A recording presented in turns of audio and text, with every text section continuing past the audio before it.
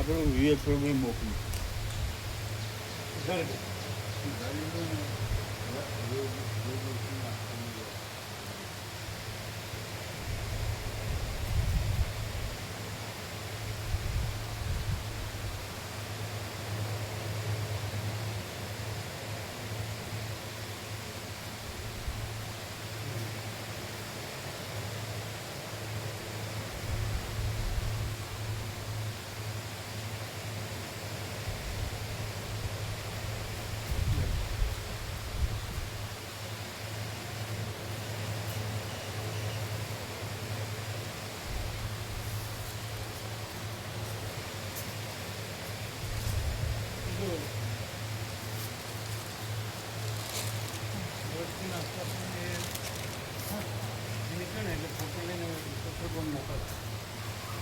કેટલા પાના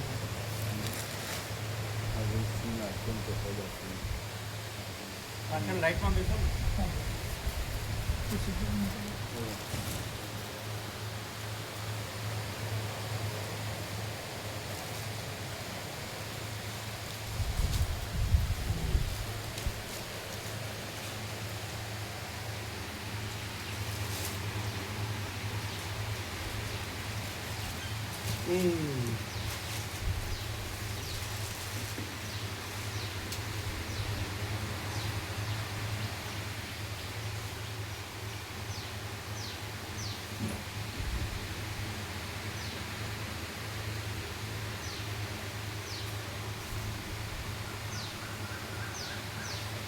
હવે ધોઈ નાખેલું છે ને હવે તો ધોયેલું છે ને આગળ બગાડ્યું તો પુત્ર પ્રભુએ હવે તો સાફ છે ને તો હવે તો ચોખ્ખું રહેશે.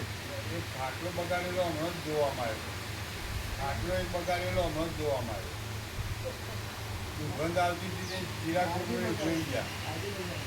આજનો એક ના જાળી કર્યા પછી નથી આવ્યું ને? ના કશું નહીં આવ્યું. પણ પછી જોયું કે નહીં? એ ખાટલો તો બહાર મૂક્યો હમણાં જ જોયો.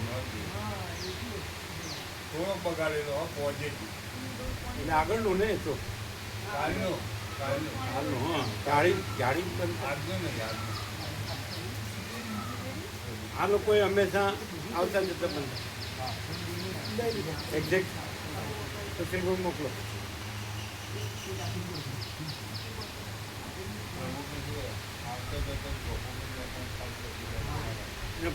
પછી એને પૂછજો આવી ગયું પછી એમ કેમ છે બરાબર છે ને પૂછો.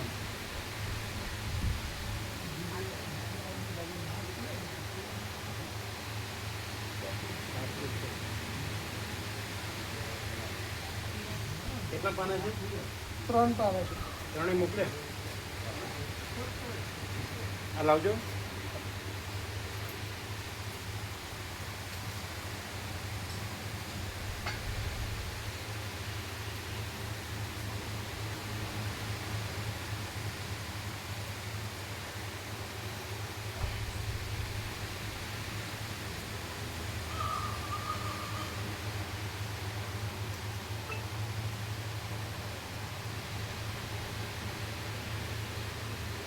કેમ ક્રોસ કરી છે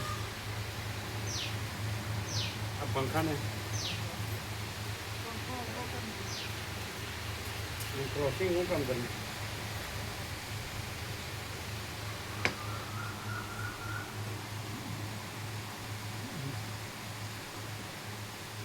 હા કેવું કામ રાખ્યું?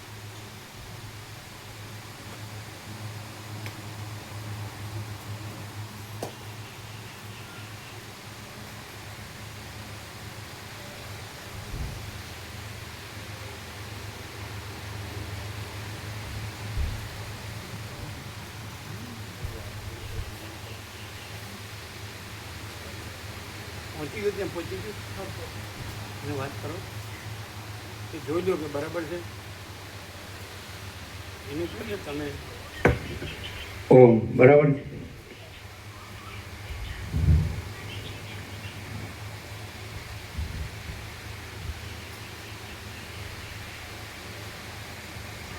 પરમ ચિદાકાશ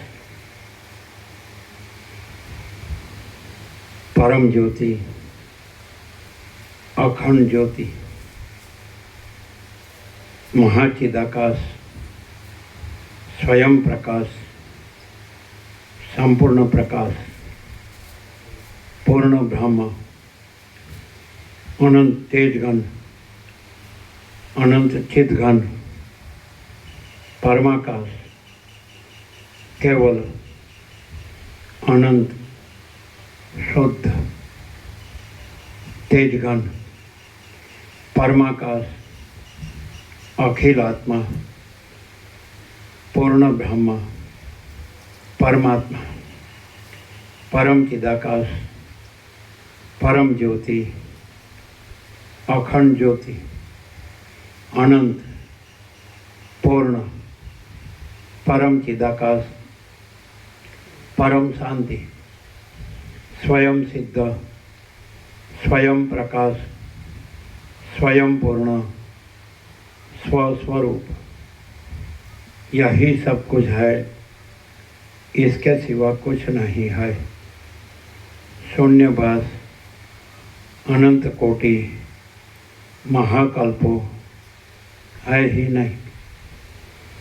महाचिदाकाश स्वयं प्रकाश संपूर्ण प्रकाश महाचिदाकाश ज्योति अनंत अखंड अभेद महाचिदाकाश ज्योति महातत्व महासामान्य महाचिदाकाश स्वसंवेद्य सहज निर्विकल्प महाचिदाकाश परम कैवल्य परम शांति परम चिदाकाश अनंत पूर्ण निरपेक्ष सत अनंत संपूर्ण अपरिघी निर्भ्रांत निरपेक्ष वसिष्ठ राम निर्वाण राउंड 39मो राउंड।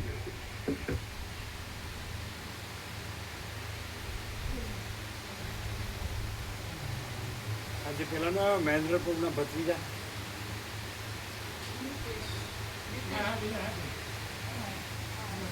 આવ્યા.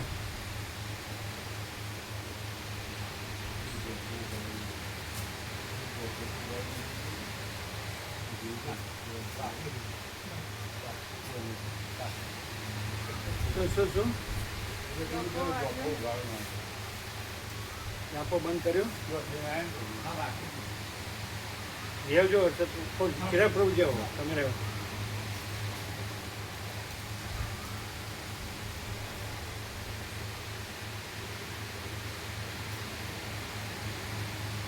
ચલો વાંચો. आद्य परब्रह्म सद्गुरु देव की जय। ओम श्री परमात्मने नमः। श्री योग वासिष्ठ महारामायण निर्वाण प्रकरण पूर्वार्ध सर्ग 40मो पेज नंबर 929 पेज नंबर 929 सर्ग 40मो देव तत्व निरूपण। આ 40મા સર્ગમાં પૂજ્ય પૂજક તથા પૂજા આદિ વિકલ્પોથી રહિત જે ચિદાત્મા છે તે જ દેવ તત્વ છે એમ કહેવામાં આવશે. સદાશિવ બોલ્યા, હે વશિષ્ઠ મુનિ, તે કામમાં તમે પોતાની શક્તિને અનુસરીને જે કાંઈ નથી કરતા અને જે કાંઈ કરો છો તે સઘળું ચૈતન્ય માત્ર અને અંદર રહેલા પરમ શિવરૂપ આત્માનું પૂજન જ થાય છે. આત્મા પોતે એવી રીતના પૂજનથી જ વાસ્તવિક રીતે નિરતિશય આનંદને પ્રકટ કરે છે તથા આવરણને દૂર કરે છે. જેમ અગ્નિમાં અગ્નિના કણો જુદા રૂપવાળા સંભવતા નથી, તેમ નિર્મળ આત્મામાં રાગ તથા દ્વેષ આદિ શબ્દો અને તેઓના અર્થો આત્માથી અન્ય સંભવતા નથી. પોતાનું અથવા પરાયું જે કાંઈ રાય રંક કે સુખ દુઃખાદિકનો આરોપ છે તે સઘળું આત્માનું પૂજન જ છે. આકાશ આદિરૂપ તથા જાગ્રત જગતનો જે આરોપ છે તે જ નિત્ય આત્માનું પૂજન છે. બ્રહ્મરૂપ પોતે આત્મા જ આકાશ આદિ રૂપથી તથા જાગ્રત આદિ રૂપથી શણગારવામાં આવે છે. આ રીતે દ્વૈતથી રહિત, શાંત અને મહામંગલ એક આત્મરૂપ હોવા છતાં જગતની પ્રતીતિની જેમ પ્રાપ્ત થયેલું આ સઘળું દ્રશ્ય આત્માના પ્રકાશથી પ્રકાશે છે. આ રીતે દ્વૈતથી રહિત, શાંત અને મહામંગલ એક આત્મરૂપ હોવા છતાં જગતની પ્રતીતિની જેમ પ્રાપ્ત થયેલું આ સઘળું દ્રશ્ય આત્માના પ્રકાશથી પ્રકાશે છે અને આત્માની સત્તાથી જ સત્તા પામેલું છે. અહો, આ કેવું આશ્ચર્ય છે! જુઓ કે પ્રત્યેક આત્મા પોતાને ભૂલીને જીવાદી સ્વભાવવાળો તથા ગળા વગેરે જગતરૂપ થઈ રહેલ છે. આવી રીતે તત્વદ્રષ્ટિથી આત્માનું અવલોકન કરતા પૂજ્ય, પૂજક તથા પૂજા આદિ સઘળી ત્રિપુટી બાધિત થઈ જાય છે. આત્મા કે જે સર્વાત્મક છે, અંતથી રહિત છે અને પરમ શિવ છે, તેની અંદર પૂજ્ય, પૂજક તથા પૂજા એ નામનો ત્રિપુટીનો વ્યવહાર સંભવે કેવી રીતે? જે નામરૂપની મર્યાદાવાળી મૂર્તિ હોવાથી પૂજ્ય તથા પૂજા આદિનો ક્રમ કલ્પવામાં આવે છે, તે મૂર્તિ જ પરમ શાંત આત્મામાં સંભવતી નથી. ઈશ્વરપણું કે જે નિત્ય છે, નિર્મળ છે, સઘળી શક્તિઓવાળું છે અને માપતોલથી રહિત છે, તે પૂજ્ય તથા પૂજા આદિના આ મર્યાદાવાળા દેવમાં હોવું જ જોઈએ નહીં. હે વશિષ્ઠ મુનિ, જેનું અત્યંત સ્વચ્છ અનુભવરૂપ જ ત્રૈલોક્ય રૂપે પ્રતીત થાય છે, તે શુદ્ધ આત્મારૂપ પરમેશ્વર સાકાર છે એમ વચનથી પણ બોલવું ઘટતું નથી. હે વિદ્વાન વશિષ્ઠ મુનિ, જેઓ પરમેશ્વરને દેશ, કાળ વગેરેના માપવાળો માની બેઠા છે, તેમને આપણા જેવા સમજુઓએ ઉપદેશથી ખરે રસ્તે ચડાવવા જોઈએ. તમે ઈશ્વરમાં ઓછાપણાની દ્રષ્ટિને ત્યજી દઈને સર્વવ્યાપકપણાની દ્રષ્ટિ રાખીને સમ, સ્વચ્છ મનવાળા, શાંત, રાગથી રહિત તથા ઉપદ્રવોથી રહિત રહીને પ્રારબ્ધની ગતિને લીધે ચારે બાજુથી પોતાની મેળે આવી પડેલા સુખ, દુઃખ, શુભ તથા અશુભ રૂપ સાધન સામગ્રીથી સર્વદા આત્માનું પૂજન કરતા રહો. કલંકોથી રહિત અને નિર્માણપણા વગેરે સદ્ગુણોવાળા તમે શોધન દ્વારા જીવને દેહથી જુદા પાડીને પૂજ્ય, પૂજક આદિ વ્યવહારોથી રહિત મુખ્ય આત્મતત્વને જાણશો.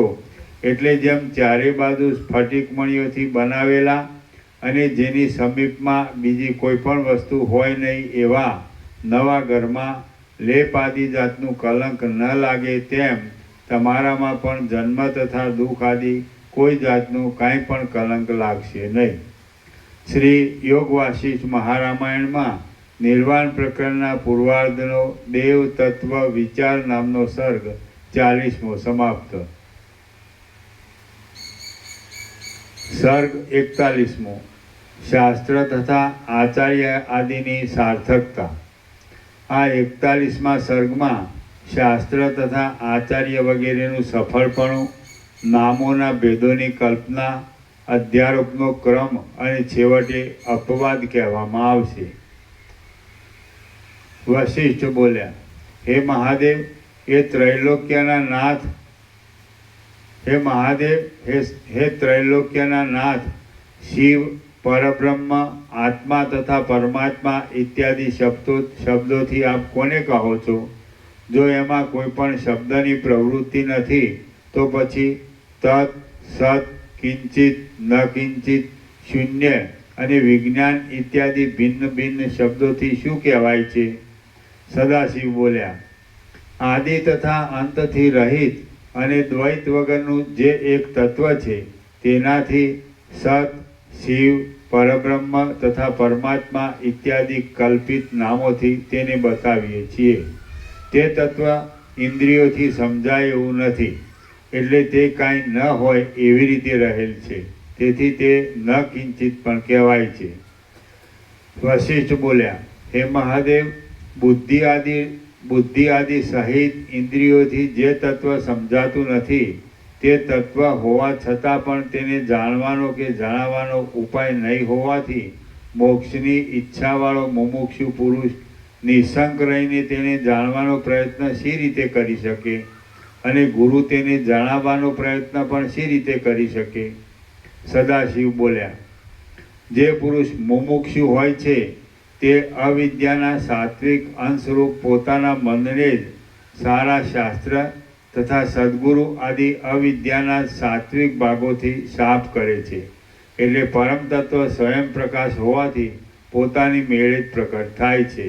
જેમ યુક્તિને જાણનારો ધોબી મેલથી મેલને ધુએ છે, તેમ મુમુક્ષુ પુરુષ પણ સારા શાસ્ત્રોથી તથા સદ્ગુરુ આદિ અવિદ્યાના સાત્વિક ભાગોથી મનરૂપ અવિદ્યાના સાત્વિક ભાગને ધોયા કરતો જ રહે છે.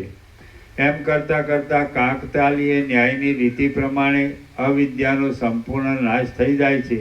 એટલે પછી આવરણથી રહિત થયેલો આત્મા પોતાની મેળે જ પ્રકાશિત થઈને રહે છે. આત્માના સ્વભાવનો એ જ નિશ્ચય છે.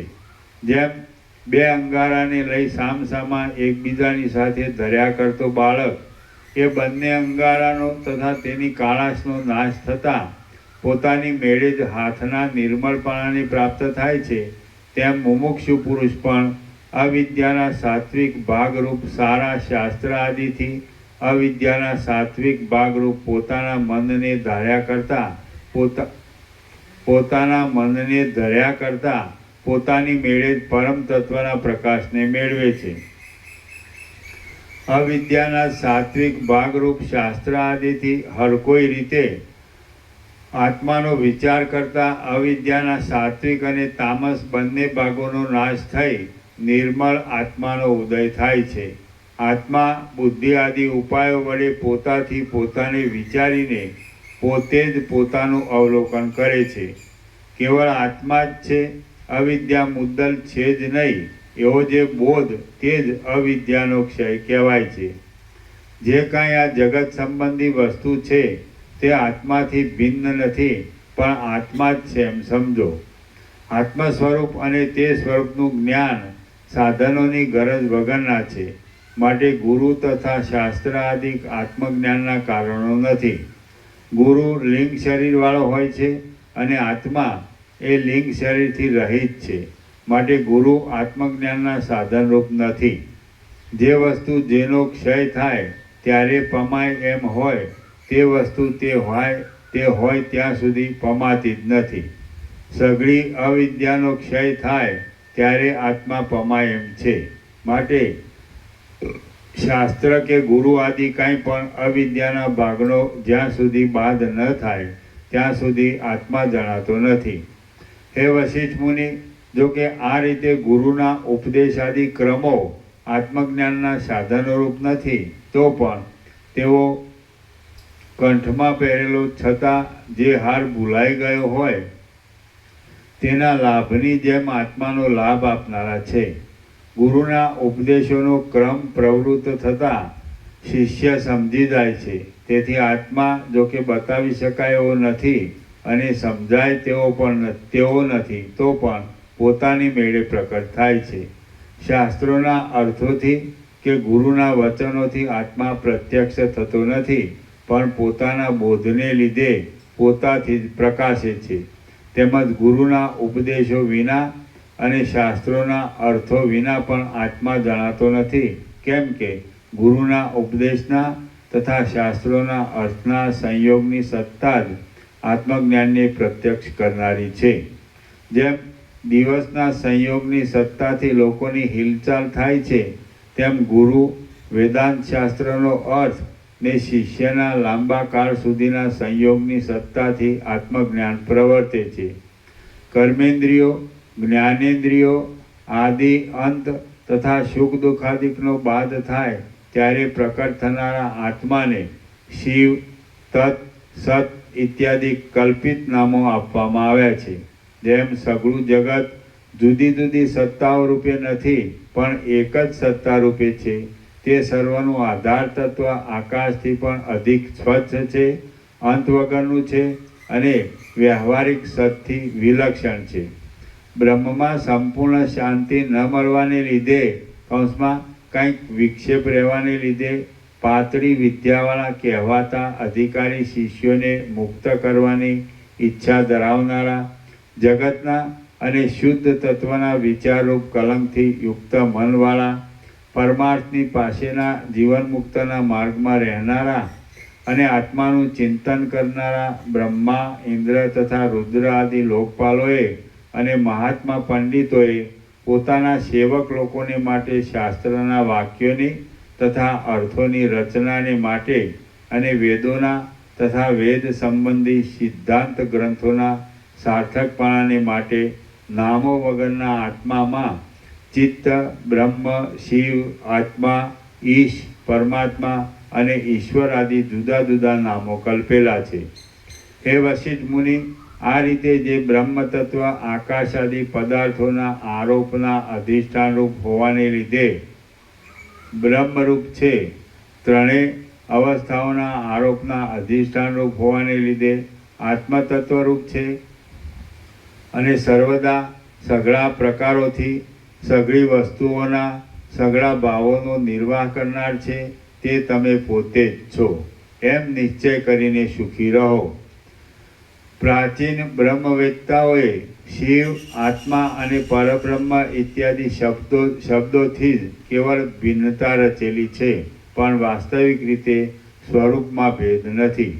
હે મુનીશ્વર, જે પુરુષ નિરંતર આવા પ્રકારનું દેવાર્ચન કરે તે વિદ્વાન પુરુષ જે પરમપદમાં આપણે વગેરે પણ સેવક જેવા છીએ તે પરમપદને પામે છે. વશિષ્ઠ બોલ્યા, હે મહારાજ, આ જીવપણું તથા જગતપણું બ્રહ્મમાં વિદ્યમાન ન હોવા છતાં પણ વિદ્યમાન જેવું થઈને રહ્યું છે, તે શી રીતે રહ્યું છે એ વિશે મને સંક્ષેપથી આપે કહેવો જોઈએ.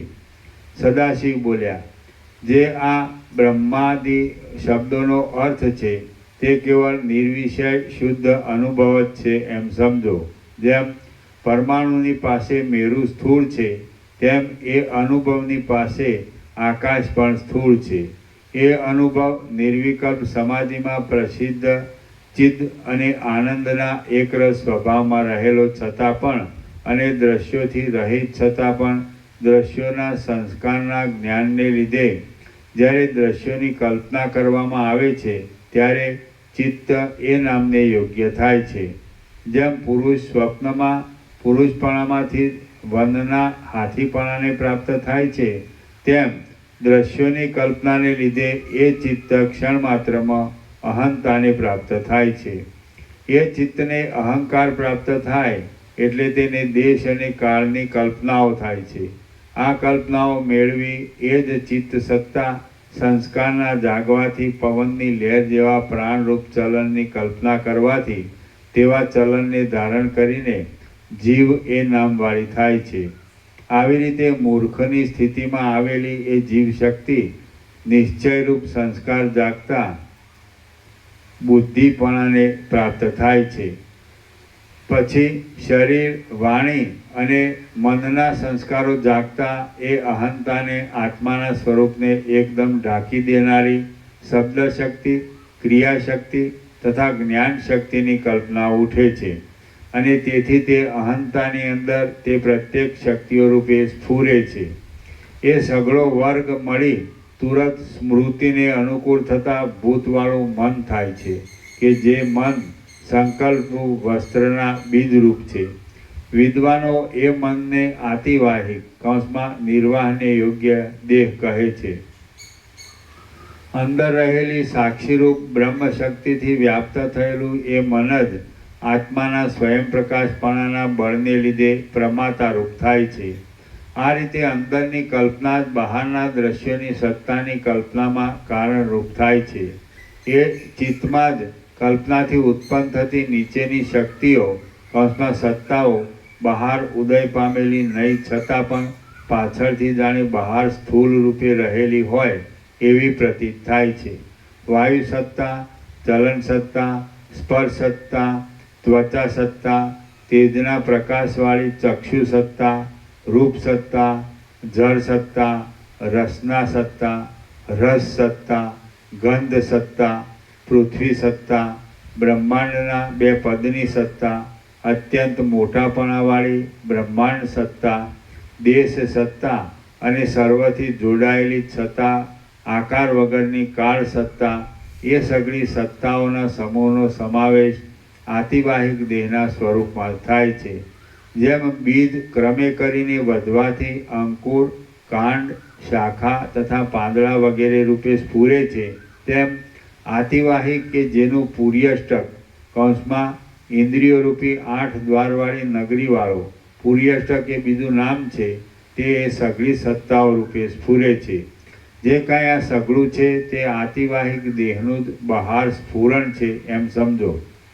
હે વશિષ્ઠ મુનિ, વિશેષતા રહિત કેવળ બોધ સ્વરૂપ બ્રહ્મ જ આતિવાહિક દેહના ઉપર કહેલા વિભાગોવાળું થઈને સ્ફુરે છે. બ્રહ્મ સિવાય બીજું કાંઈ જ નથી.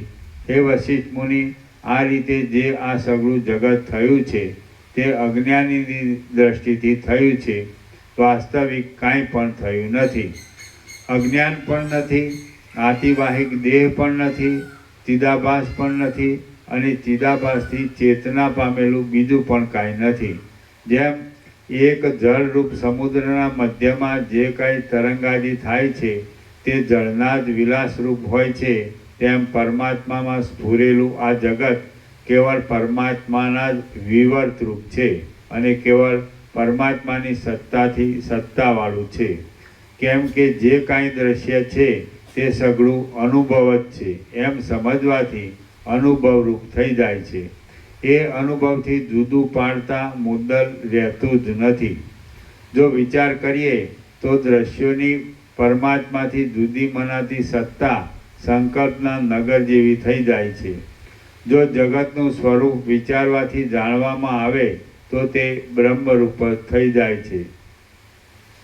જગત સંબંધી વિચાર કરવામાં ન આવે ત્યાં સુધી જગતનું સ્વરૂપ વાસ્તવિક છે કે નહીં એમ પૂછાય જ નહીં. કારણ કે જે વિચારથી જાણવામાં ન આવે તે વાસ્તવિક કેમ થઈ શકે? ચૈતન્ય પોતાની અંદર પોતાથી જ સંકલ્પને લીધે દ્રશ્યપણાને પ્રાપ્ત થાય છે. કેમ કે સૂક્ષ્મ ચૈતન્યનો એવો સ્વભાવ છે. પ્રથમ સંકલ્પથી કલ્પાયેલા સૂક્ષ્મ દેહમાં જ લાંબા કાળના અભ્યાસથી સ્થૂળ દેહ પણ જોવામાં આવે છે. આવી રીતના સ્થૂળ દેહના સંબંધને લીધે બ્રહ્મ જ પોતાની અંદરની સઘળી વસ્તુઓને બહાર સ્થૂળપણાને પ્રાપ્ત થયેલી દેખે છે અને બહારની રૂપ આદિ વસ્તુઓનું દર્શન કરતા સ્થૂળ દેહમાંથી ચક્ષુ આદિ ઇન્દ્રિયોને પોતપોતાના ગોલકોમાં રહેલી દેખે છે. પછી હાથ, પગ વગેરે અવયવોવાળા તે સ્થૂળ શરીરમાં પુરુષના આકારની અત્યંત ભાવનાથી તે શરીરને પુરુષ આકારે દેખે છે અને પછી કાકતાલીય ન્યાયની રીતિ પ્રમાણે વ્યવહારને સંપૂર્ણ યોગ્ય થયેલ તે સ્થૂળ શરીર સંતોષ અને પોષણ મેળવે છે. જીવતા પણ જેની એ જ સ્થિતિ છે એવો દેહ મિથ્યા છતાં પણ ગંધર્વપુરની પેઠે અને સ્વપ્નના નગરની પેઠે ખડો થઈ ગયેલો જોવામાં આવે છે. ખડો થયેલા જેવો જોવામાં આવે છે. વશિષ્ઠ બોલ્યા, આ જગત ગંધર્વનગર જેવું તથા સ્વપ્નના નર જેવું મિથ્યા છતાં દુઃખદાયી થઈ પડે છે, તો એ દુઃખનો કેવી રીતે નાશ કરવો? સદાશિવ બોલ્યા, જગત મિથ્યા છે એમ કેવળ જાણવું એ દુઃખની નિવૃત્તિનો ઉપાય નથી, પણ વાસનાના ક્ષય પર્યંત મિથ્યાપણાનો અત્યંત દ્રઢ નિશ્ચય કરવો એ જ દુઃખની નિવૃત્તિનો ઉપાય છે. દુઃખ વાસનાને લીધે થાય છે, પણ જે વસ્તુ વિદ્યમાન હોય તેમાં વાસના રાખવી સંભવે. પણ જે વસ્તુ વિદ્યમાન હોય તેમાં વાસના રાખવી સંભવે. જગત તો મૃગજળના તેમાં ન હોય તેમાં વાસના રાખવી ન સંભવે. બીજી લાઈન,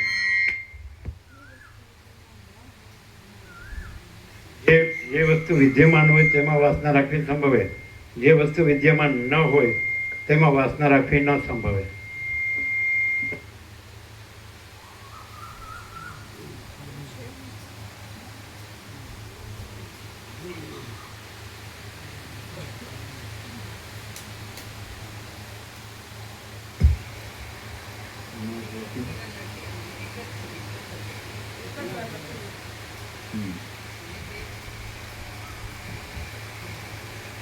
જે વસ્તુ વિદ્યમાન હોય તેમાં વાસના રાખવી સંભવે.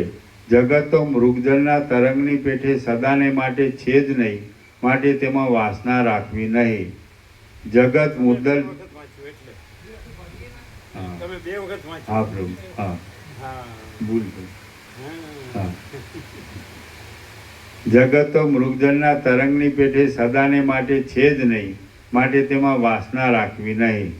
જગત મુદ્દલ છે જ નહીં, માટે કોને કોણ વાસના કરે એમ છે, કોને વાસના થાય એમ છે, અને શાથી વાસના થાય એમ છે.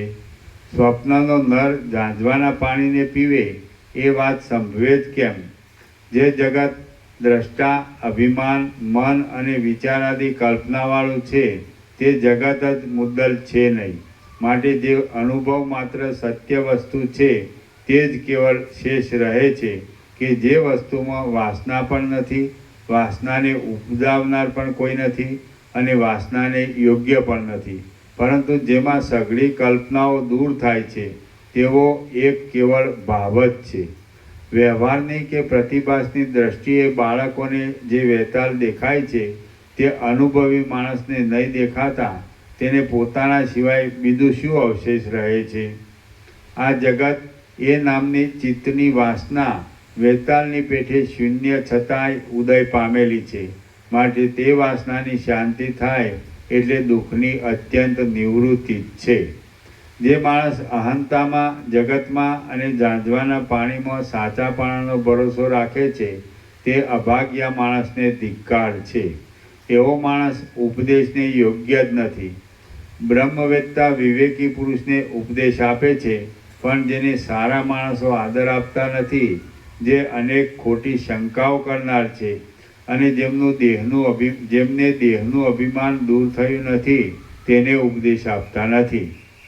જે પુરુષ મૂર્ખ માણસને ઉપદેશ આપે તે પુરુષ સ્વપ્નના માણસને સોના સરખા અંગવાળી પોતાની દીકરી આપે એના જેવો છે એમ સમજવું. શ્રી યોગ વાસિષ્ઠ મહારામાયણમાં નિર્વાણ પ્રકરણના પૂર્વાર્ધનો જગન મિથ્યાત્વ પ્રતિપાદન નામનો સર્ગ 41મો સમાપ્ત.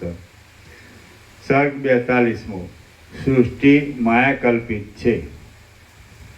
આ 42મા સર્ગમાં સમષ્ટિરૂપ તથા વ્યષ્ટિરૂપ સૃષ્ટિની કલ્પના માયા જ છે એવો ઉપદેશ કરીને સદાશિવ સ્વધામમાં ગયા એ કહેવામાં આવશે.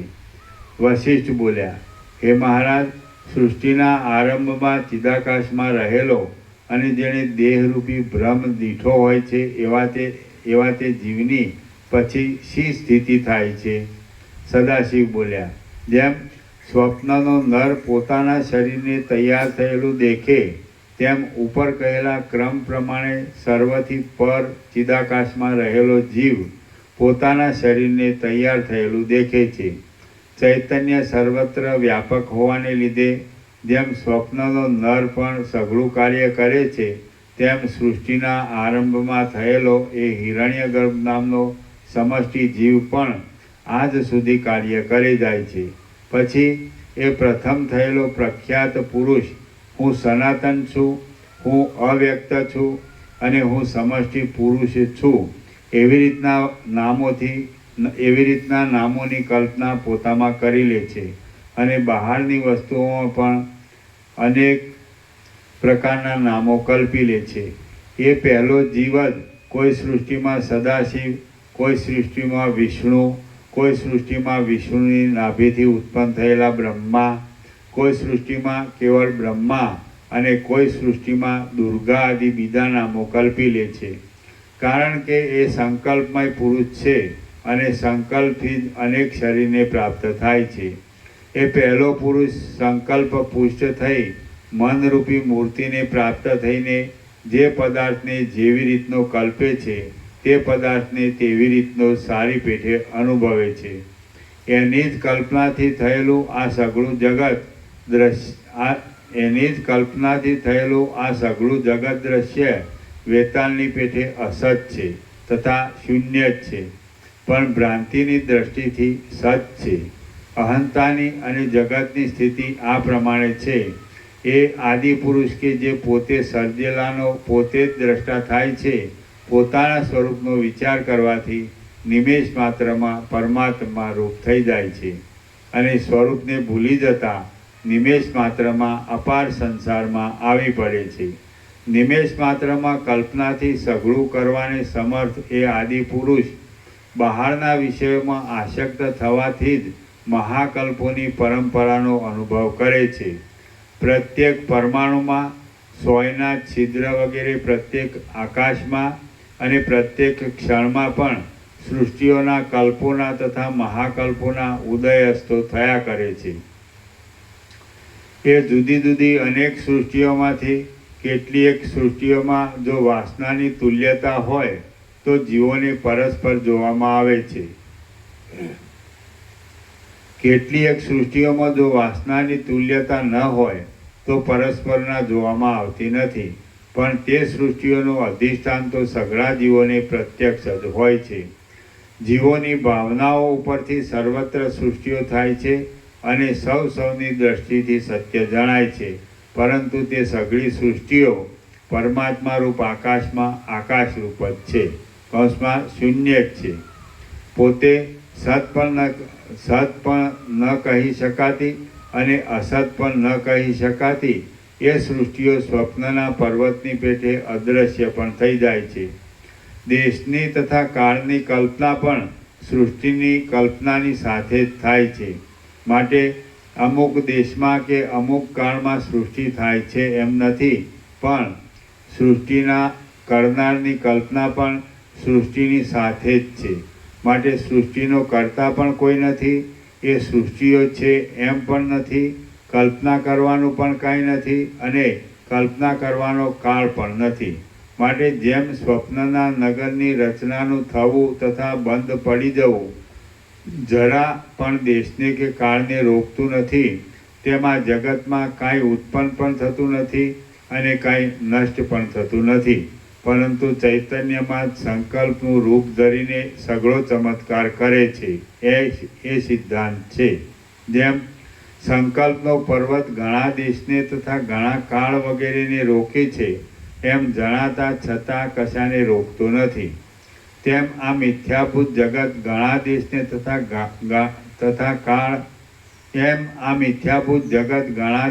તથા કાળ વગેરેને રોકે છે, એમ જણાતા છતાં પણ કશાને રોકતું નથી.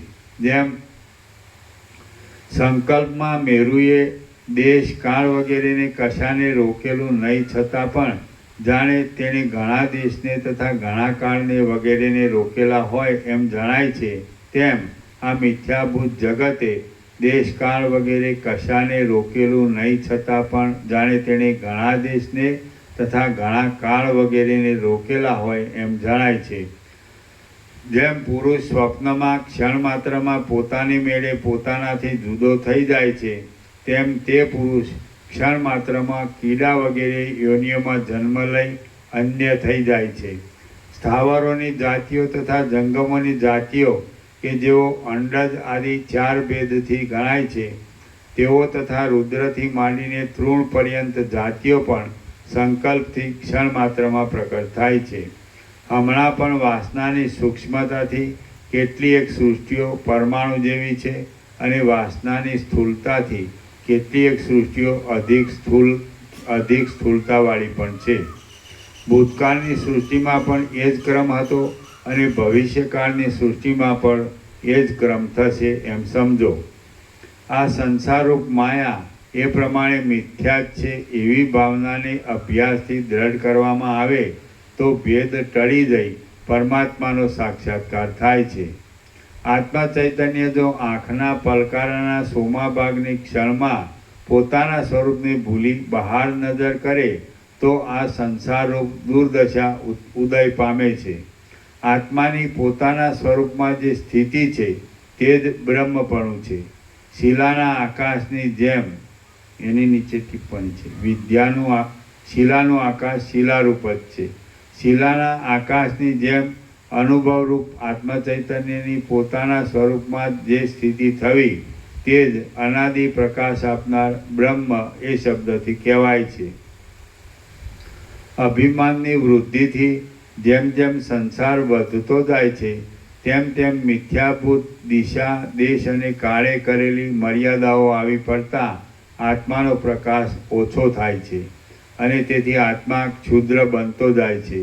હે વશિષ્ઠ મુનિ, લિંગ શરીરરૂપી કલ્પિત ઉપાધિને લીધે બ્રહ્મ ચૈતન્ય જીવપણાને પામી દેહના તથા ઇન્દ્રિયોવાદીના સમાગમના ક્રમથી મૃગરૂપ, લતારૂપ, કીડારૂપ, દેવરૂપ અને અસુરાદિરૂપ પણ થઈ જાય છે.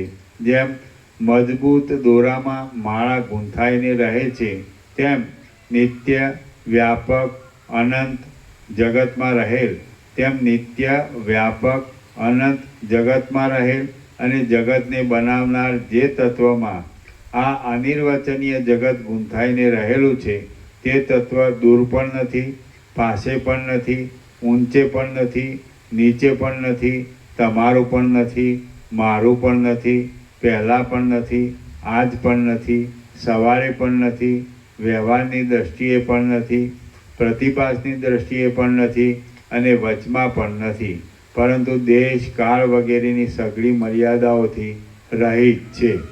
અંતઃકરણ આદિ સઘળા વિકલ્પો મિથ્યા જ છે. તેથી સ્વપ્રકાશ ચૈતન્ય વિના પોતાના સ્વરૂપનો અનુભવ કરનાર બીજો કોઈ પણ નથી. ઘણા વ્યવહારોથી અનુભવમાં આવેલા લૌકિક પ્રમાણો તો જળમાં અગ્નિની પેઠે તે સ્વરૂપમાં રહી શકતા જ નથી. હે વશિષ્ઠ મુનિ, તમારા પૂછેલા પ્રશ્નોના અમે ઉત્તરો આપ્યા. તમારું કલ્યાણ થાઓ. હવે અમે જ્યાં જવું છે ત્યાં જઈએ છીએ. હે પાર્વતી, ચાલો, ઉઠો. વશિષ્ઠ બોલ્યા. મહાદેવ એટલા વચન બોલી મારી આપેલી પુષ્પાંજલિનો સ્વીકાર કરી પોતાના પરિવારની સાથે આકાશરૂપ ગુહામાં ચાલ્યા ગયા. એ ત્રૈલોક્યના નાથ પાર્વતીના પતિ નીલકંઠ પધારી જતા મેં જરાવાર રહી હૃદયમાં તેનું સ્મરણ કર્યું અને પછી પરમ શાંત થઈને મેં આત્મારૂપ દેવના પૂજનનો સ્વીકાર કર્યો અને જૂનું જળ દેવનું પૂજન છોડી દીધું. શ્રી યોગ વાસિષ્ઠ મહારામાયણમાં નિર્વાણ પ્રકરણના પૂર્વાર્ધનો પરમાત્મા વિધાન નામનો સર્ગ 42મો સમાપ્ત. સર્ગ 43મો રામની કૃતાર્થતા. આ 43મા સર્ગમાં વૈરાગ્ય સહિત આત્મારૂપ શિવપૂજન વિશે સાંભળીને રામચંદ્રજીએ પોતાનું કૃતાર્થપણું અને તેવી જ સ્થિતિ કંઈ સંભળાવ્યા એ કહેવામાં આવશે. વશિષ્ઠ બોલ્યા. હે રામચંદ્રજી, મહાદેવજીએ એ રીતે મને તત્વનો ઉપદેશ આપ્યો અને તે પ્રમાણે હું સમજ્યો. આ જગત જે રીતે રહ્યું છે તે રીતે તમે પણ સમજી ચૂક્યા છો. આ જેને આધારે દેખાય છે અને તેને જોનાર જે જીવ છે તે સઘળું મિથ્યા છે. તેમાં કોને સાચું કહેવું અને કોને ખોટું કહેવું? સઘળું ખોટું જ છે. કોઈ પ્રબળ કલ્પના શક્તિવાળો કોઈ કવિ રાજાને કલ્પવૃક્ષ ઠરાવે તો તે રાજા વર્ણનના ચમત્કારથી તે વખતે પોતામાં કલ્પવૃક્ષનો પણ અનુભવ કરે છે. તો એ દ્રષ્ટાંતથી સંસારના અનુભવનું બીજ કલ્પના જ છે એમ સિદ્ધ થાય છે.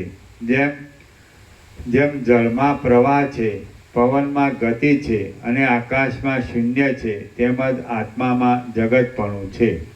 મહાદેવજીએ ઉપદેશ આપ્યો તે દિવસથી માંડીને આ જ દિવસ સુધી હું એકાગ્રપણે તે જ ક્રમથી આત્માનું પૂજન કર્યા કરું છું. હે રામચંદ્રજી, હું વ્યવહાર કરતો હોવા છતાં પણ કશો ભેદ નહીં ધરતા પૂજનની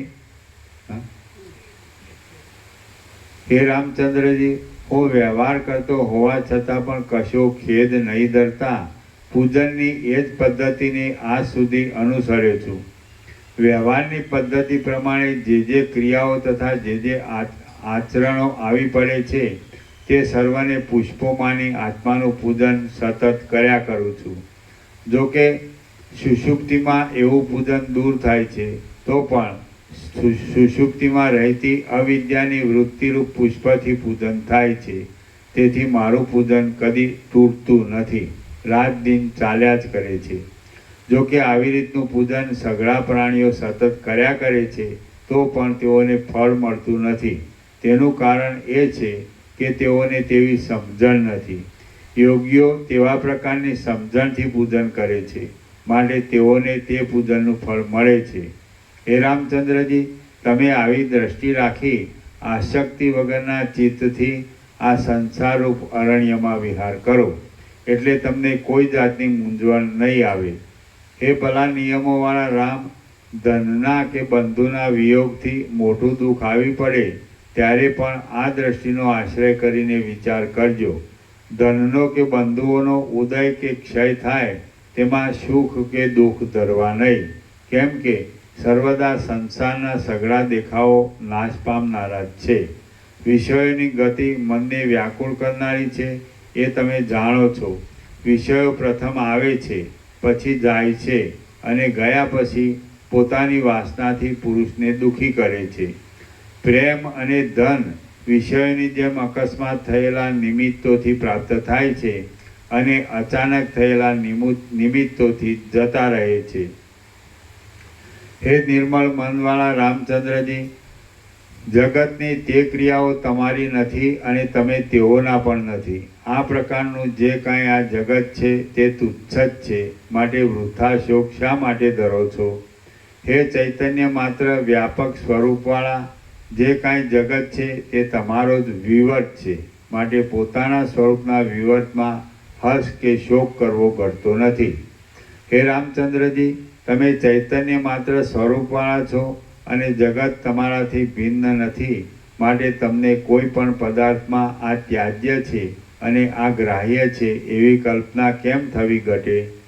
આ રીતે જગતરૂપી ચક્રની ચંચળતા ચૈતન્યરૂપ છે અને જગત પણ ચૈતન્યરૂપ છે. તો પછી સમુદ્રના તરંગોને માટે હર્ષ કે શોક ન હોય. તમે આ જગત સંબંધી પદાર્થોને માટે શા સારું હર્ષ કે શોક કરો? તમે આજથી ચૈતન્યમાં સ્થિર થઈ સુષુપ્તિ જેવી સ્થિતિને ધારીને તુર્યાવસ્થારૂપ કૌંસમાં જીવન મુક્ત થાઓ. સઘળી વિષમતાઓથી રહિત જગતના સઘળા દેખાવોને બ્રહ્મરૂપ સમજનારા, સ્વયં પ્રકાશરૂપ ઉદાર બુદ્ધિવાળા અને સર્વદા આત્મપૂજનમાં જ નિષ્ઠાવાળા થઈને ભરપૂર સમુદ્રની પેઠે રહો. હે રામચંદ્રજી, આ સઘળું તમે સાંભળ્યું અને તેથી તમે પૂર્ણ બુદ્ધિવાળા થયા છો. હવે જે કાંઈ બીજું પૂછવાની ઈચ્છા હોય તે પૂછો. વિચારના આરંભમાં કૌંસમાં વૈરાગ્ય પ્રકરણમાં જે પ્રશ્નો તમે કર્યા હતા તે પ્રશ્નોમાંથી હવે કાંઈ પૂછવું રહ્યું હોય તો પૂછો. રામ બોલ્યા, હે ગુરુ મહારાજ, હમણાં સંપૂર્ણ રીતે મારો સંશય ટળી ગયો છે. જે કંઈ જાણવાનું હતું તે સઘળું જણાઈ ચૂક્યું અને સ્વાભાવિક અખંડ તૃપ્તિ પ્રાપ્ત થઈ. હે મહામુનિ, અજ્ઞાન, દ્વિત્વ, દ્રશ્ય કે કલ્પના કાંઈ છે જ નહીં. તે સમયે મને જે અજ્ઞાન હતું તે હમણાં શાંત થઈ ગયું. આત્માના અજ્ઞાનને લીધે આત્મામાં માયારૂપ કલંક છે એવી જે ભ્રાંતિ તે સમયે હતી તે હવે તમારી કૃપાથી ટળી ગઈ છે. આત્મા જન્મતો નથી, મરતો નથી અને માયારૂપ કલંકવાળો પણ નથી. આ સઘળું જગત બ્રહ્મનો વિવર્ત છે અથવા બ્રહ્મ જ છે એમ સમજવાથી મારા સઘળા પ્રશ્નો, સઘળા સંશયો અને સઘળી ઈચ્છાઓ અત્યંત શાંત થઈ ગઈ છે. જેમ વિશ્વકર્માના યંત્રમાં ફરવાથી સૂર્યનું બિંબ શુદ્ધ અને નિર્મળ થયું હતું, તેમ મારું ચિત્ત શુદ્ધ અને નિર્મળ થયું છે. પ્રાપ્ત થયેલા શિષ્યોનો ઉદ્ધાર કરવા સાધુઓએ કહેલા સઘળા સાધનોના ઉપદેશોમાં મારે કશી ઈચ્છા રહી નથી. જેમ મેરુ પર્વત સુવર્ણની આકાંક્ષા કરતો નથી, તેમ હું સાધુઓની આકાંક્ષા વગરનો થયો છું. જે વસ્તુમાં મને આશા કે તૃષ્ણા રહે તેવી કઈ વસ્તુ છે જ નહીં. સઘળા જગતમાં મારે ગ્રહણ કરવા, ત્યજવા કે ઉપેક્ષા કરવા લાયક કાંઈ છે જ નહીં. હે મહામુનિ, આ તજવા લાયક કે લેવા લાયક છે, આ સત છે અને આ અસત છે એવી રીતની ચિંતા હોવી એ એક ભ્રમ છે અને તે મારો ભ્રમ સારી પેઠે શાંત થઈ ગયો છે. હું સ્વર્ગને ઈચ્છતો નથી તેમ રૌરવ નામના નરકનો દ્વેષ પણ કરતો નથી, પરંતુ ભ્રમણ વગરના મંદરાચલની પેઠે સ્વરૂપમાં સ્થિર રહ્યો છું. 3 લોકરૂપ ક્ષીરસાગરની ભરતીનો કણે કણ વીંખી નાખી આ કામરૂપી મંદરાચલ શાંત થયો છે કે જે લાંબા કાળ સુધી ભમ્યો હતો. હે મહામુનિ, આ જગત બ્રહ્મરૂપ પણ નથી, પણ જેવું દેખાય છે તેવું ને તેવું જ છે. એવી સમજણવાળા મૂઢના મનમાં આ સાચું છે અને આ ખોટું છે એવી કલ્પના સદા રહ્યા જ કરે છે, જે દુષ્ટ સંદેહોની જાળથી અધિક સંતાપ આપે છે. હે ગુરુ મહારાજ, જગત સંબંધી ધન આદિ જે વસ્તુને માટે મૂઢ પુરુષ કંગાળ બને છે તેવી કોઈ પણ વસ્તુ હોય તેમ તત્વદર્શીથી જોતા આપણને લાગતું નથી. વિચિત્ર તથા વ્યાકુળ તરંગોવાળા જડ અને વિનાશી આ ભવસાગરમાંથી અમે આપની કૃપાથી તર્યા છીએ. સંપત્તિઓનો અવધિ જાણ્યો છે અને આપદાઓનો છેડો પણ જોવામાં આવ્યો છે. હે ગુરુ મહારાજ, સર્વોત્તમ સારને માટે પણ હવે અમારે રાગપણું રહ્યું નથી અને અમે પૂર્ણ થયા છીએ. મારું મન આશારૂપી હાથીને તારી નાખીને આ સંસારરૂપી સમુદ્રમાં બીજાઓથી ભેદી શકાય નહીં એવી પ્રબળ વીરતાને પ્રાપ્ત થયું છે. મારું મન સઘળા વિકલ્પોથી રહિત થયું છે, આશાથી નિવૃત્ત થયું છે, કૃપણતા વગરની દ્રઢ સ્થિતિવાળું થયું છે, ત્રૈલોક્યમાંની સઘળી સ્વચ્છ વસ્તુઓ કરતાં પણ અધિક સ્વચ્છ થયું છે, અંદર આનંદ પામ્યું છે અને અત્યંત ઉત્તમ થયું છે. શ્રી યોગ વાસિષ્ઠ મહારામાયણમાં નિર્વાણ પ્રકરણના પૂર્વાર્ધનો વિશ્રાંતિ વર્ણન નામનો સર્ગ 43મો સમાપ્ત. સર્ગ 44મો જ્ઞાનની દ્રઢતાના ઉપાય. આ 44મા સર્ગમાં ઈચ્છાના ત્યાગથી માંડીને મનના ક્ષય પર્યંત આસક્તિના ક્ષયના જે ઉપાયો છે તે જ્ઞાનની દ્રઢતાને માટે કહેવામાં આવશે. વશિષ્ઠ બોલ્યા, હે રામચંદ્રજી, રાગ આદિકથી રહિત ઇન્દ્રિયોની સાથે ચાલુ વિષયોમાં જ રહેનારા પણ ભૂત ભવિષ્યનું ચિંતન નહીં કરનારા અને કરતાપણાના અભિમાન વગરના મનથી જે કરો છો તે કર્યું જ ન કહેવાય. પ્રત્યેક વસ્તુ મળતાની સાથે જેવો સંતોષ આપે છે તેવો સંતોષ તે પછી આપતી નથી. એવો અનુભવ કોને નથી થયો? પ્રત્યેક વસ્તુ લાભના સમયમાં જેવો સંતોષ આપે છે તેવો સંતોષ બીજા સમયમાં આપતી નથી. એટલા માટે ક્ષણિક સુખ આપનારી વસ્તુમાં મૂર્ખ જ રાગ બાંધે, બીજો ના બાંધે. લાભના સમયમાં સંતોષ થાય છે તેનું કારણ પણ ઈચ્છાની સમાપ્તિ થઈ એ જ છે. સંતોષ પછી અસંતોષ તો છે જ, એટલા માટે વાંસનાને છોડી દો. કોઈ સમયે કાળના ફેરફારને લીધે તમને કોઈ વસ્તુની ઈચ્છા થાય તો પણ તમારે અહમભાવરૂપી કાદવમાં ફરીવાર ડૂબવું નહીં. હે રામચંદ્રજી, આત્મજ્ઞાનરૂપી પર્વતના શિખર ઉપર તમને શાંતિ મળી છે તો હવે અહમભાવરૂપી મોટા ખાડામાં પાછું પડવું ન જોઈએ. જેને પોતાના અખંડ સ્વરૂપનું સ્મરણ થયું હોય અને બ્રહ્મવેત્તાપણારૂપ મેરુ પર્વતના શિખરમાં જેની સ્થિતિ થઈ હોય તેને માતાના ગર્ભાશય જેવા અહમભાવરૂપી પાતાળમાં પડવું સંભવે જ નહીં. તમારો સ્વભાવ સમતામય અને સત્યતામય જોવામાં આવે છે. તે ઉપરથી ધારું છું કે તમારા વિકલ્પો ક્ષીણ થઈ ગયા છે અને અવિદ્યા હણાઈ ગઈ છે. સૌમ્ય તથા પૂર્ણ સમુદ્ર જેવી તમારી નિર્મળ સમતા રામ સ્વરૂપમાં સ્થિતિ પામ્યા છે એમ મને જણાવે છે. તમે આસક્તિ રહિત થઈને જીવો. નિરતિશય આનંદના લાભને લીધે તમારી આશા નિરાશા બનો અને વિષયોની ભાવના અભાવને પ્રાપ્ત થાઓ. તમે જે વસ્તુઓને દેખો તે વસ્તુઓમાં પરિપૂર્ણ ચૈતન્ય ઘન પરબ્રહ્મ સત્તા સામાન્ય રૂપથી રહેલું છે એમ સમજો. જો તમને સ્વરૂપનું અજ્ઞાન હોય તો બંધાયા છો અને જ્ઞાન પ્રાપ્ત થયું હોય તો બંધાયા નથી. એટલા માટે મનનાદિની દ્રઢતાથી તમે પોતે જ પોતાના આત્માને જાણો ભોગનું સુખ પ્રિય લાગે ન લાગે, ભોગનું સુખ ન લાગે, ભોગનું સુખ પ્રિય ન લાગે અને પ્રારબ્ધથી પ્રાપ્ત થયેલું દુઃખ પણ પ્રિય લાગે એવી આકાશના જેવી કોમળ જે ક્ષમતા તે જ વાસના રહિતપણું છે એમ સમજો.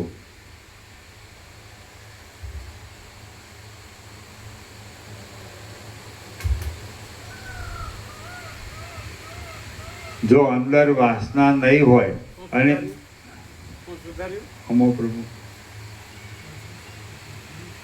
તમે એટલા માટે મનન આદિની દ્રઢતાથી તમે પોતે જ પોતાના આત્માને જાણો. ભોગનું સુખ પ્રિય લાગે ન લાગે એવું ડબલ છે. તમે શું સુધાર્યું? તમે જો તમને સ્વરૂપનું અજ્ઞાન હોય તો તમે બંધાયા છો અને જ્ઞાન પ્રાપ્ત થયું હોય તો બંધાયા નથી. એટલા માટે મનન આદિની દ્રઢતાથી તમે પોતે જ પોતાના આત્માને જાણો. ભોગનું સુખ પ્રિય લાગે ન લાગે અને પ્રારબ્ધથી પ્રાપ્ત થયેલું દુઃખ પણ પ્રિય લાગે એવી આકાશના જેવી કોમળ જે ક્ષમતા તે જ વાસના રહિતપણું છે એમ સમજો. એટલે એમાં પ્રિય લાગે ન લાગે એટલે પ્રિય ન લાગે એટલે લાગે એક વધારાનું કાઢી નાખ્યું. ભોગનું સુખ પ્રિય ન લાગે અને પ્રારબ્ધથી પ્રાપ્ત થયેલું દુઃખ પણ પ્રિય લાગે એવી આકાશના જેવી કોમળ જે ક્ષમતા તે જ વાસના રહિતપણું છે એમ સમજો. ભોગનું સુખ પ્રિય ન લાગે, સાપેલું છે પ્રભુ. ભોગનું સુખ પ્રિય લાગે ન લાગે અને પ્રારબ્ધથી પ્રાપ્ત થયેલું દુઃખ પણ પ્રિય લાગે એવી આકાશના જેવી કોમળ જે ક્ષમતા તે જ વાસના રહિતપણું છે એમ સમજો.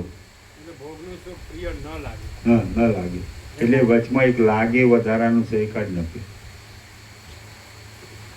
જો અંદર વાસના નહીં હોય અને ઇન્દ્રિયોથી ક્રિયાઓ કર્યા કરશો તો સેંકડો આઘાતો થયા છતાં આકાશની જેમ વિકારવશ થશો નહીં.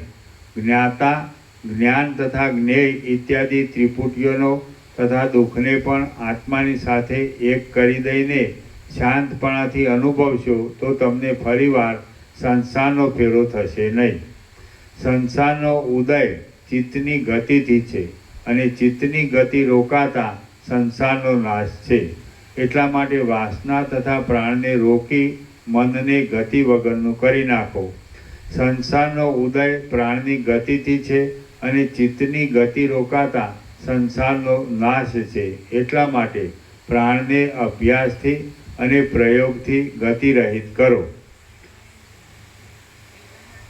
અજ્ઞાન આવવાથી કર્મોનો આરંભ થાય છે અને અજ્ઞાનનો નાશ થવાથી કર્મો મટી જાય છે. એટલા માટે બળાત્કાર કરી ગુરુથી, શાસ્ત્રાર્થી તથા સંયમથી અજ્ઞાનને દૂર કરો. જેમ આકાશમાં વાયુના અને રજના ચલનથી મલિનતા ઉઠે છે તેમ ચૈતન્યમાં ચિત્તના ચલનથી આ અનર્થરૂપ જગત ઉઠેલું છે. જેમ અનેક છિદ્રોમાં પડેલા સૂર્યના પ્રકાશના અને ભીંતના સંબંધી વિચિત્ર રંગો દેખાય છે તેમ દ્રશ્યોના અને મનના સંબંધથી આ જગત દેખાય છે. વિષયનો અને મનનો સંબંધ ન થાય તો જેમ ચિત્રમાંના પુરુષોને જગત ભાસતું નથી તેમ જીવતા પુરુષોને જગત ભાસે નહીં. જેમ જળના ચલનથી ઉઠેલી લહેરી જળ શાંત થતાં આપોઆપ શમી જાય છે તેમ ચિત્તના ચલનથી ઉઠેલી માયા ચિત્ત શાંત થતાં આપોઆપ શમી જાય છે. વાસનાના ત્યાગથી, બોધથી અથવા પ્રાણના રોધનથી ચિત્ત ગતિ વગરનું થઈ જાય તો પછી સંસારનો સંભવ કેમ રહે? વાસનાના નિરોધથી અથવા પ્રાણના નિરોધથી ચિત્ત પોતાનો સ્વભાવ ભૂલી જાય છે અને ચિત્તનો જે પોતાનો સ્વભાવ ભૂલી જવો તે જ પરમપદ છે. વિષયોનો તથા ઇન્દ્રિયોનો સંબંધ થતાં જે સુખ પ્રાપ્ત થાય છે તે વાસ્તવિક રીતે જોતા બ્રહ્મ સુખ જ છે એવી બ્રહ્મ દ્રષ્ટિથી જો સંપૂર્ણ જ્ઞાન થાય તો મનનો નાશ થયા વિના રહે જ નહીં. જેમાં ચિત્તનો ઉદય થતો નથી એવું અકૃત્રિમ બ્રહ્મ સુખ જેમ નિર્જળ દેશમાં સરોવર મળવું સંભવતું નથી, તેમ સ્વર્ગાદિકમાં પણ મળવું સંભવતું નથી. હાનિ તથા લાભથી રહિત જે બ્રહ્માનંદ રૂપી અપાર સુખ ચિત્તમાં શાંત થવાથી પ્રાપ્ત થાય છે તેનું વાણીથી વર્ણન કરી શકાય એમ નથી. એ સુખ ઉદય પણ પામતું નથી અને અસ્ત પણ પામતું નથી.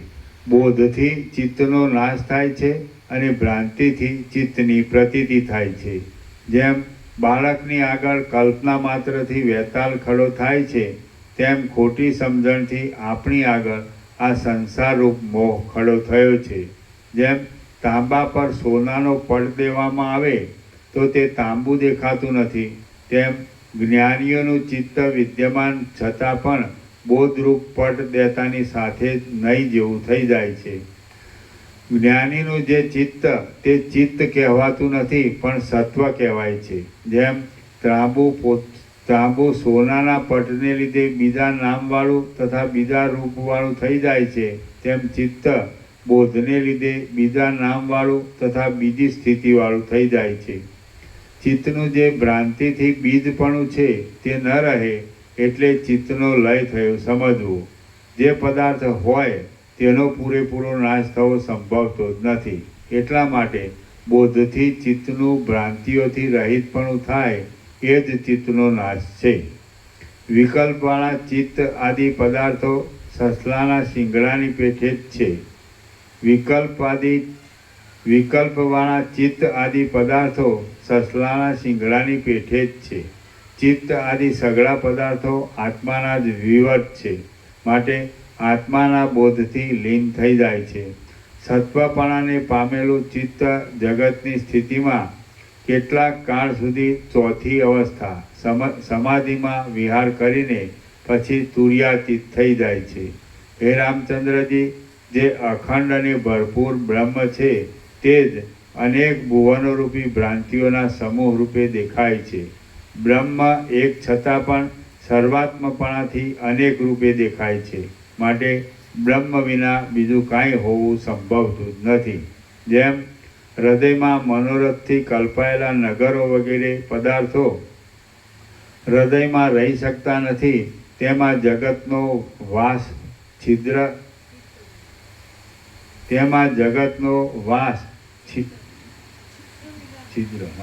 ચિત્ત વિનાના ચૈતન્ય બ્રહ્મમાં અસંભવ હોવાને લીધે મુદ્દલ છે જ નહીં. શ્રી યોગ વાસિષ્ઠ મહારામાયણમાં નિર્વાણ પ્રકરણનો પૂર્વાર્ધનો ચિત્ત સત્તા સૂચન નામનો સર્ગ 44મો સમાપ્ત. ઓમ ઓમ ઓમ. પ્રસાદ આપી દે.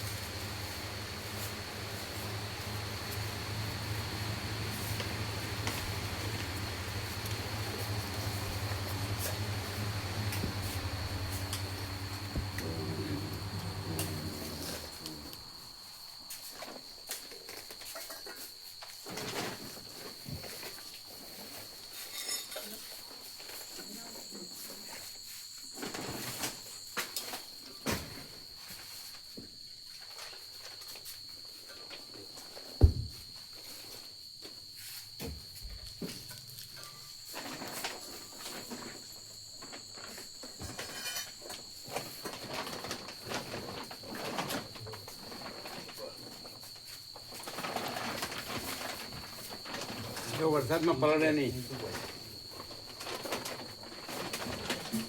આ કેટલું ખસી ગયું આ.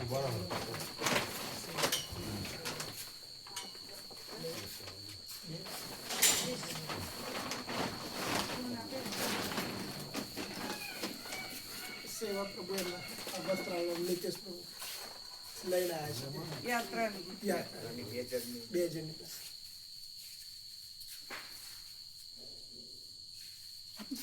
તમે જો સેવા આવી એ રીતે નોંધી લઈએ. લખજો. સેવા આવી એની તારીખ. હા,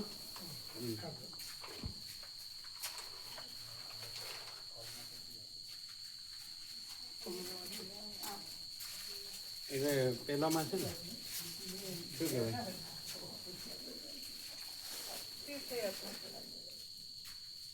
એટલે તો બસ તો ભરાઈ ગઈ છે ને એમનું તો નામ લઈ લીધું બસ. પેન્ડિંગમાં. ના. એમનું લઈ લીધું છે, લઈ લીધું. એટલે આવી ગયું છે. આવી ગયું. બરાબર. હા,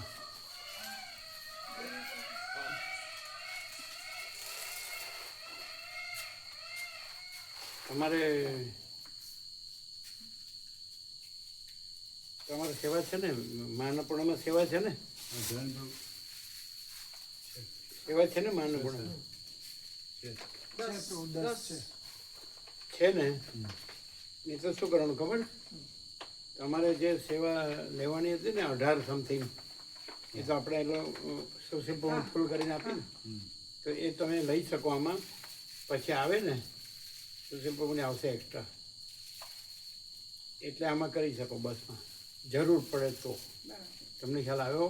જરૂર પડે તો જે તમે 1 તારીખથી કાઢ્યું હતું ને માનપૂર્ણનું, 1800 એ આપણે પેલું એનો એક પૂરો કરવા માટે આપી દીધું છે. એ આમાંથી લઈ શકો. અને પછી સોશિયલ પ્રોગ્રામ પાસે એક્સ્ટ્રા છે, એ આવે તો લઈ શકાય. એ પાછી આમાં બસમાં કરી શકાય. ખબર પડી? એટલે લઈ શકાય, આમાંથી લઈ શકાય. જોઈએ તો હા, પણ આ બસની છે એમ સમજવાનું. હા અને પેલી માનપૂર્ણાની છે. માનપૂર્ણાની તો મળશે જ, પણ બસની પૂરતી એમાંથી સોશિયલ પ્રોગ્રામ પાસે એક્સ્ટ્રા છે, એમાં જ થઈ જશે. ખ્યાલ આવે? આપણે સાંભળી ગયા, ખબર પડી ને? જોયું તો યાત્રામાંથી લે. એટલે તમારે કાંઈ પણ લાવવું હોય તો આમાંથી લઈ શકો. પછી સોશિયલ પ્રોગ્રામ પાસે એક્સ્ટ્રા છે, એ લેવાનું. એ પછી આ બસમાં કરી દેવાના. સેવા તો ફૂલ છે, સેવાનો સવાલ નથી.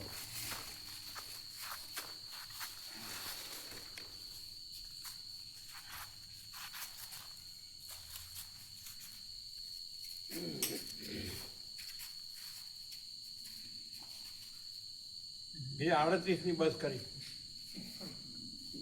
સાંભળ્યું? કોણે કીધું? આજ સાંજે કેડી પ્રભુએ કીધું. 50 ટિકિટ લઈને 38 કરી. 2x1 2 by 1 કરી. 38. વધી તો ગાડી વધી જાય. ના હા, વધી 7 થઈ ગઈ. એ સાધી ને નાની. છેલ્લી બસ છે. 6 તો ફૂલ થઈ ગઈ, 7 બી, કારણ કે પેન્ડિંગ લિસ્ટ છે ને, 20 એટલે થઈ જાય. બરાબર.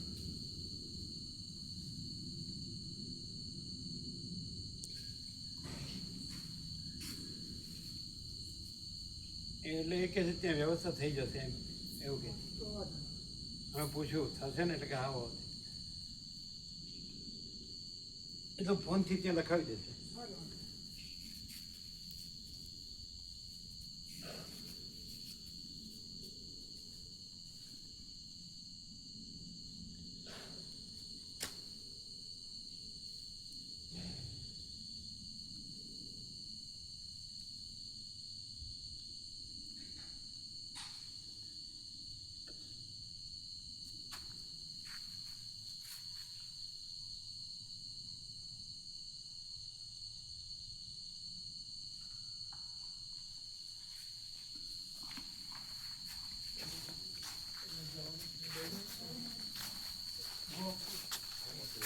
હવે એ ગોળ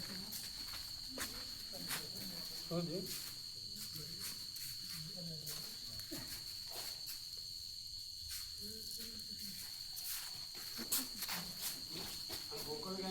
પગમાં ના આવે હો. હા નહીં યાર, કિરાતનું. શું કીધું શું કે પ્રભુ ત્યાં ભગવાન હોય એમ કીધું.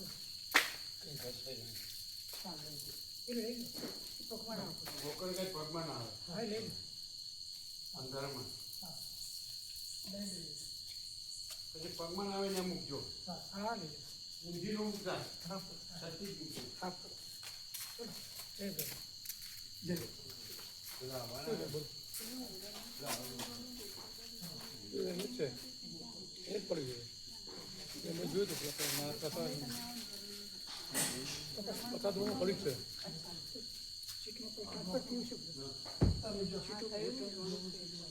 પ્રભુએ કરેલું ટાઈપ થઈને આવ્યું પછી ફોટા મોકલી તમારા બેન થોડી કોનું કોનું મારી મામી મારી એ તો પ્રભુ કરે જ છે એવું જ કરે બેન સાથે હોય ને તો કોઈ મરી મરી નાખી ચોખ્ખું કરાવજો હા હા